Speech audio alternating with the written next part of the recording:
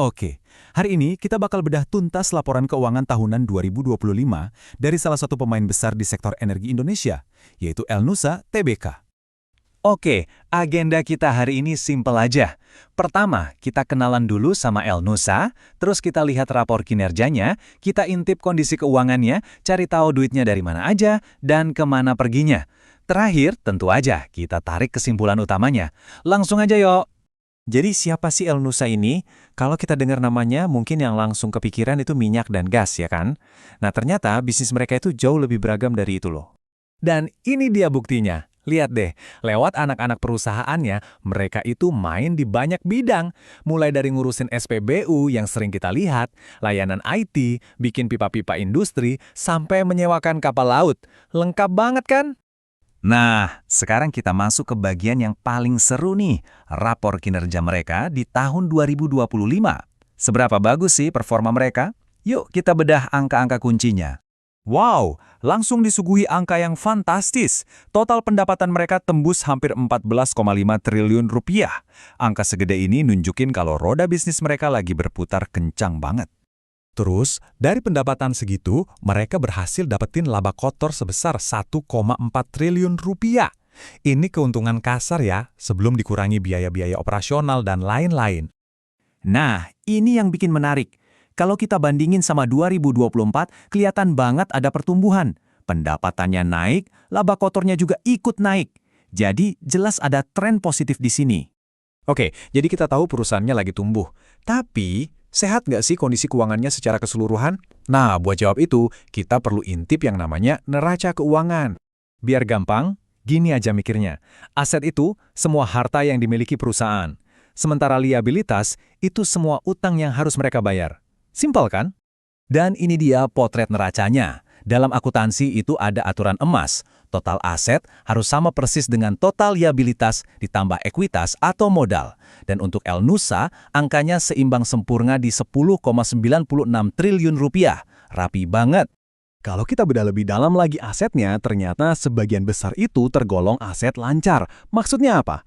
Itu adalah aset yang gampang banget buat dicairkan jadi uang tunai, biasanya dalam waktu kurang dari setahun.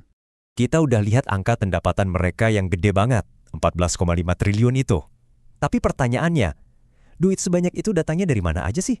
Dan ini dia jawabannya. Ternyata, mesin pencetak uang utamanya itu datang dari segmen distribusi dan logistik energi, jauh banget di atas yang lain. Baru di posisi kedua ada jasa hulu migas, disusul sama jasa penunjangnya.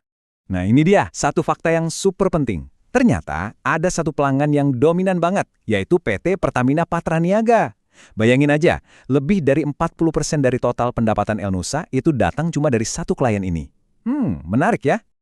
Oke, pendapatan dan laba udah kita bahas. Tapi ingat, pendapatan itu belum tentu sama dengan uang tunai yang ada di kantong. Nah, buat ngelihat pergerakan uang tunainya, kita harus lihat laporan arus kas. Laporan ini tuh kayak cerita yang dibagi jadi 3 babak. Pertama, uang kas dari kegiatan operasional sehari-hari. Kedua, uang yang dipakai buat investasi gede-gedean. Dan ketiga, uang yang berhubungan sama pendanaan, misalnya bayar utang atau nerima pinjaman. Jadi, ceritanya begini di Elnusa. Dari operasional bisnis, mereka dapat uang masuk sekitar 1,25 triliun. Tapi mereka juga keluarin uang banyak banget buat investasi, sampai 3 triliun lebih. Ditambah lagi mereka juga pakai uang untuk urusan pendanaan sebesar 1,5 triliun. Hasil akhirnya? Nah, ini yang cukup mengejutkan. Walaupun perusahaannya secara catatan untung, ternyata uang kas mereka di akhir tahun malah berkurang lebih dari 261 miliar rupiah. Kenapa? Ya itu tadi, karena pengeluaran buat investasi dan pendanaannya lagi besar-besarnya. Oke, setelah kita bongkar satu persatu, sekarang waktunya kita tarik benang merahnya. Jadi apa sih arti dari semua angka-angka ini? Apa poin penting yang bisa kita ambil? Ringkasnya begini. Pertama, performa pendapatan dan laba mereka itu positif dan terus bertumbuh.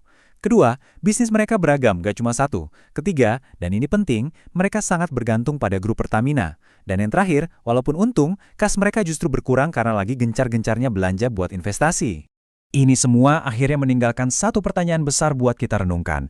Gimana ya caranya Elnusa bisa tetap menjaga hubungan emasnya dengan klien terbesar mereka, tapi di saat yang sama juga terus cari-cari peluang baru biar nggak terlalu bergantung.